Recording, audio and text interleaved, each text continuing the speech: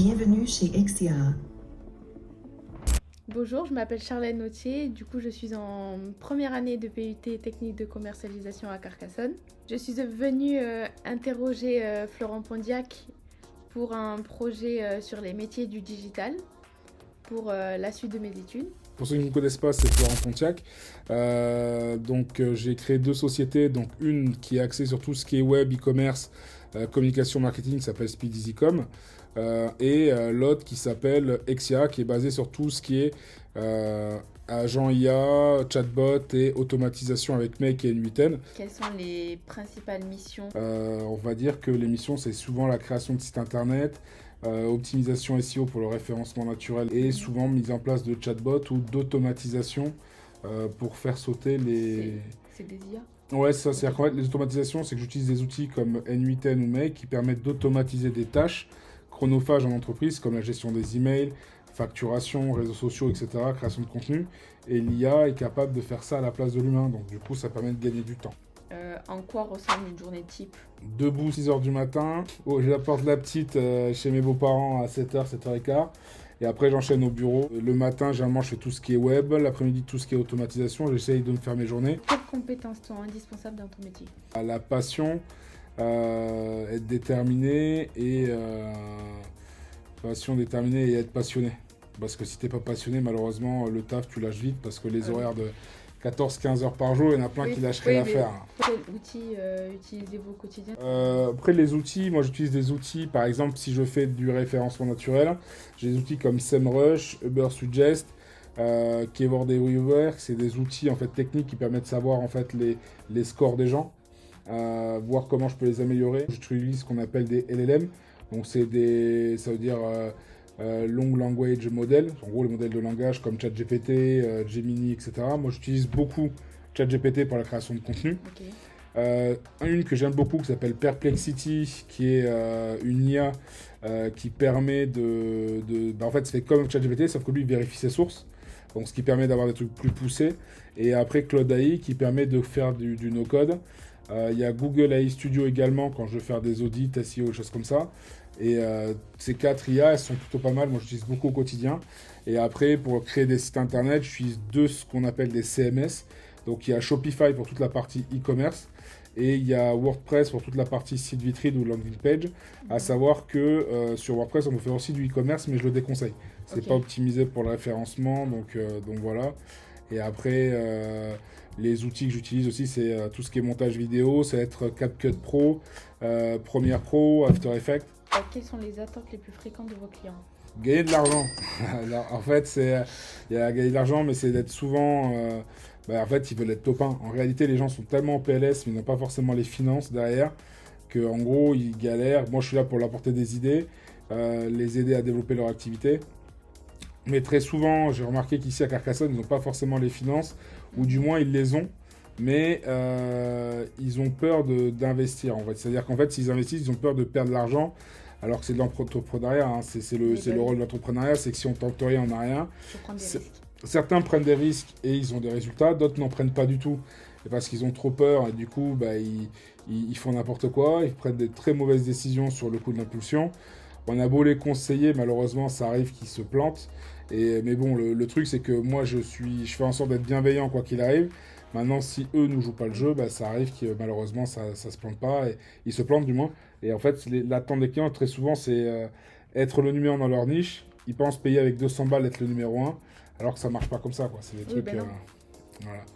Il y en a certains, heureusement, ils s'en rendent compte. Donc, du coup, voilà. Mais ceux qui s'en rendent pas compte, ils estiment que comme ils payent un service, ils veulent tout de suite. Mais malheureusement, ça se passe pas comme ça, quoi. Ça, ce serait trop simple. Tout le monde serait millionnaire. C'est sûr. C'est ça. Quels sont les enjeux les plus stratégiques dans ton métier? Les enjeux, c'est de rester à l'écoute, toujours essayer de faire en sorte d'être à la page pour justement ne pas être dépassé et toujours proposer des services de qualité. Tout en sachant que ça évolue très très vite. Ouais, il faut suivre les tendances. Ouais, suivre les tendances sur des veilles concurrentielles, pas hésiter de aussi échanger avec des gens dans le même milieu pour justement, parce que ça permet des connaissances collectives d'aller plus loin et de faire plus de choses. Ok, ça marche. Comment gérez-vous la pression liée aux résultats attendus?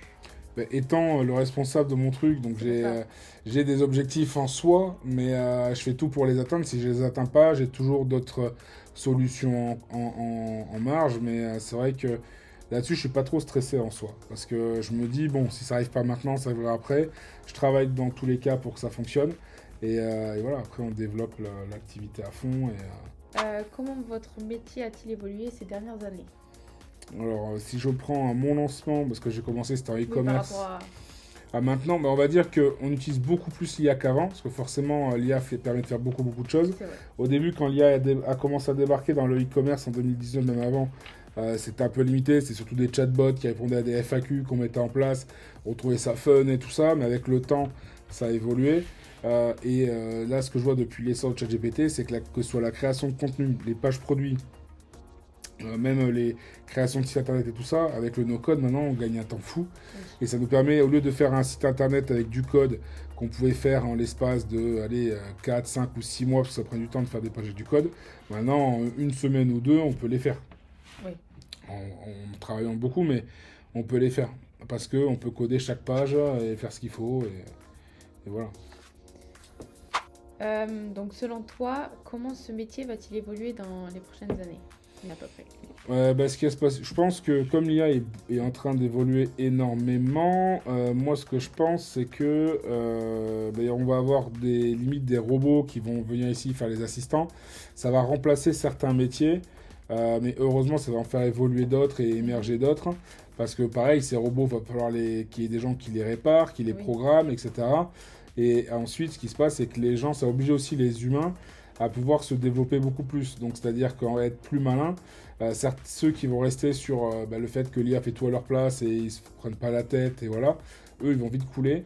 Mais par contre, ceux qui vont pouvoir apprendre à les utiliser pour développer leur activité, ça allait plus loin. Par exemple, créer un site internet, on pourra avoir carrément des devs robots qui pourront prendre le relais. On pourra demander à un agent IA de créer un site internet en fonction des directives. En fonction de ce qu'on va lui demander, il va pouvoir créer les pages, les machins, les images et tout ça. Ce qui va être plutôt pas mal, sachant qu'on peut presque le faire actuellement. Si c'est pour la communication, le marketing, maintenant on peut parler sur Telegram avec un agent IA prédéfini, lui dire voilà, crée-moi un post sur les nouvelles tendances marketing de 2026. Lui, il va aller chercher les informations et ça va se faire tout seul. Oui. Donc c'est vrai que ça c'est pas mal. Et en plus de ça, il peut demander à corriger ce qui se passe, créer une image, la poster. On peut lui demander va me chercher des offres d'emploi, va me chercher des profils de directeurs sur LinkedIn. On peut lui demander d'envoyer des emails, de prendre des rendez-vous. Et là, ce qui va se passer, c'est qu'avec le temps et l'avenir, c'est limite, en fait, on aura des agents conversationnels qui sont déjà en train d'arriver, qui vont prendre le relais pour faire de la prospection et après développer les business. Et là, ce que je pense, c'est que là, actuellement, il y a beaucoup d'entreprises qui hésitent encore à le faire et je pense qu'à terme, tout le monde l'aura. Et ce qui va se passer, c'est que comme on est en train d'évoluer, il y a des boulots qui vont aller, comme par exemple le boulot dans l'immobilier. Là, ils ont les casques VR. Il peut arriver que, au lieu de se déplacer quand les mecs sont sur Paris, ils veulent acheter un bien ici, il peut y avoir une projection. Et on peut partir du principe, comme là, on a le visuel, qui rajoute après les odeurs, etc., pour que les gens s'adaptent et s'habituent. Je pense que ça va évoluer dans ce sens-là, où on aura plein de petits gadgets, des outils IA et tout ça, qui vont nous permettre d'être encore plus performants. Parce que là, tout est amené à faire ça, donc créer des applications, des SaaS. C'est juste qu'il faut prendre le train en marche. Après, il sera saturé, mais c'est que là, il y a une hype autour de l'IA où il faut y aller. Et tu penses que cette hype va du coup évoluer ou ça peut... Elle va évoluer parce que, si tu veux, il y a Meta qui a sorti les lunettes où on peut, avec Ray-Ban, où on peut voir certaines choses, filmer et tout ça. Il va y avoir aussi les robots qui commencent à sortir, on va avoir des assistants. Faut savoir que par exemple, des fois tu vas avoir des gens qui sont seuls, en fait le fait d'avoir un robot pour lui faire la conversation. L'autre truc c'est que par exemple si on a de la famille à l'autre bout du monde, le robot peut avoir un écran et en fait ce qui se passe c'est qu'on peut avoir de la famille qui est à l'autre bout du monde qui se connecte en visio pour faire comme si on était sur place. Pour les gens qui sont en mobilité réduite, ça va pouvoir aussi les aider parce qu'ils auront des gens, ils auront un robot qui pourra les aider à faire à manger, à faire la cuisine, à faire plein de trucs. Et après, même pour des boulots, c'est-à-dire que les gens qui ont peur de sortir ou des choses comme ça, en fait, ils peuvent travailler de chez eux, automatiser des choses, faire de la visio, ils font ce qu'ils veulent. C'est juste qu'après, tout va changer. comme les dessinateurs. Avant, on avait des dessinateurs purs et durs qui dessinaient. Alors, ensuite, il y a eu commencé à avoir Illustrator.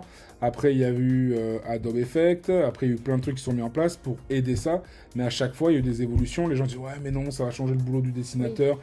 Il n'y a plus le grain du papier, les machins. Ok, sauf qu'ils sont habitués à ça, après à Photoshop, Illustrator, etc. Et là, maintenant, l'IA, on lui dit, crée-moi une image, tac, tac, tac. Moi, je dis Midjourney ou Nano Banana, etc. Il te sort des images de folie que tu peux réutiliser derrière et tu gagnes un temps fou. Et après, du coup, ça crée un nouveau business. Sauf que ça crée aussi des rageux parce que là, c'est des puristes. Et en fait, ce qui se passe, c'est que ceux qui vont souvent rager, c'est ceux qui n'ont pas eu l'idée. Et en fait, ils sont dégoûtés de ne pas avoir eu l'idée avant. Et quand ils voient que les concurrents prennent des parts de marché. Donc ça, après, c'est... écoute, pour moi, c'est tout. C'est tout pour toi. Donc, je te remercie d'avoir répondu à mes questions. Ouais, c'était rapide. Oui, très rapide. Merci à toi déjà d'être venu. Donc, si jamais ce genre de format vous a plu, n'hésitez pas à me recontacter en DM ou tout simplement mettre des gros pouces bleus, partager. Et vous pouvez nous joindre sur nos réseaux sociaux que je mettrai en descriptif. Et je vous souhaite une très très bonne journée. Merci à vous et à bientôt. Merci d'avoir regardé.